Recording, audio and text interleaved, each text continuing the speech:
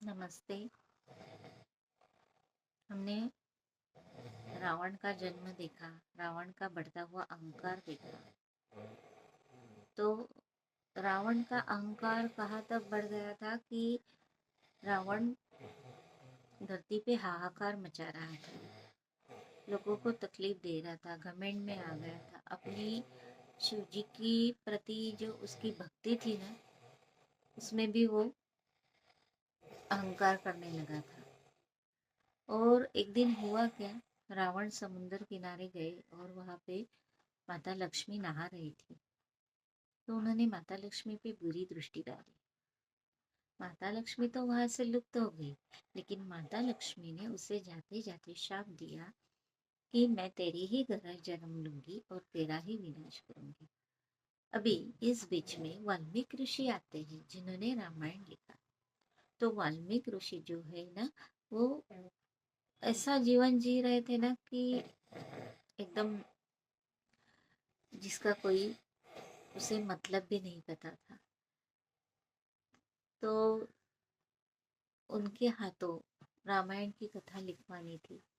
इसलिए देखिए, वाल्मीकि ऋषि एक शिकारी था, लूटमार करने वाला था। अपने घर का पालन पोषण करने के लिए रास्ते से आने वाले जाने वाले लोगों को वो मारता था, और उसके बाद जो भी रहता था वो ले लेता था और अपने घर का पालन पोषण करता था।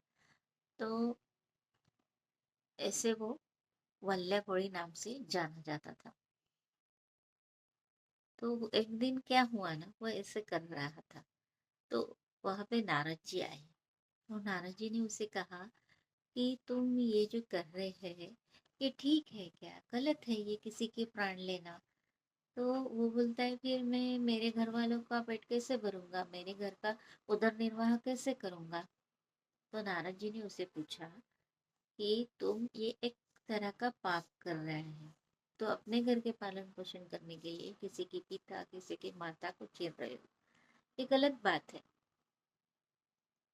तो तुम एक बार अपने घर पे जाके देखो कि तो अपने घर वाले इन सब में तुम्हारे पाप में भागीदारी है क्या।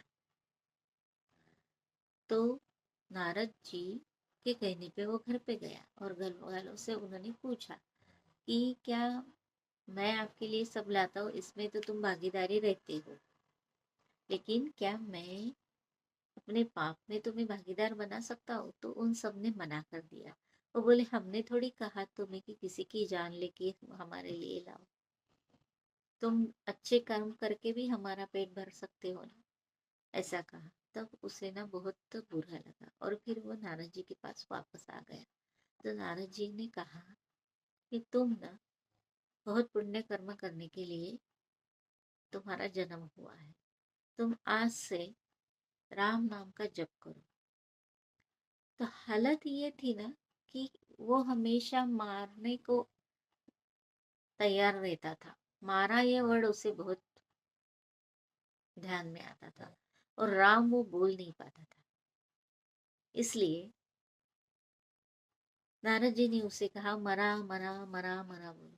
तो मरा मरा करते करते कब उसके मुख से राम राम प्रोनाउंस सुनने लगा, और वो राम की भक्ति में लीन हो गया।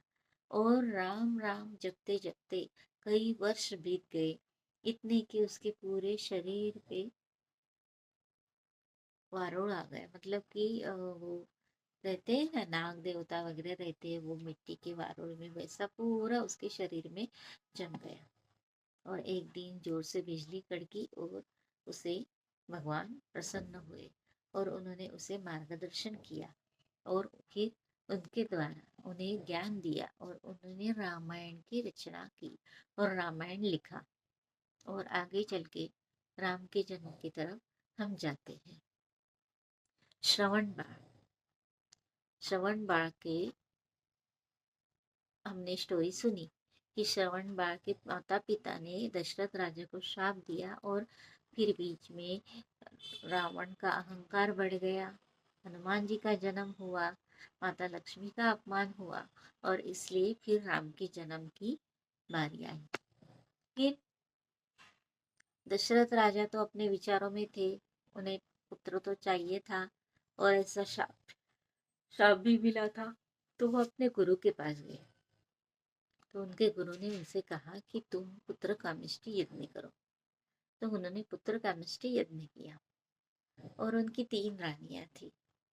उसमें से एक कटोरी में यज्ञ देवता बाहर आए और उन्होंने उन्हें प्रसाद दिया कि तुम ये लो और अपने रानी को दो, तो तुम्हें पुत्र प्राप्ति होगी। तो कैकेयी और कौशल्या माता, ये दोनों बड़ी और छोटी थी और समझदार भी थी। सुमित्रा उन दोनों के बीच में थी।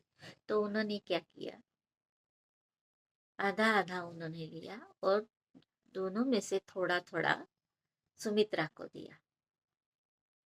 तो इस तरह से कौशल्या मैया को राम का जन्म हुआ, कौशल्या मैया से, और कैकेयी को भरत, और लक्ष्मण और शत्रुघ्न ये सुमित्रा के पुत्र। इस तरह से चारों राजकुमारों का जन्म हुआ। तो आगे क्या हुआ ये हम जानेंगे नेक्स्ट टाइम। शुभम भवतु।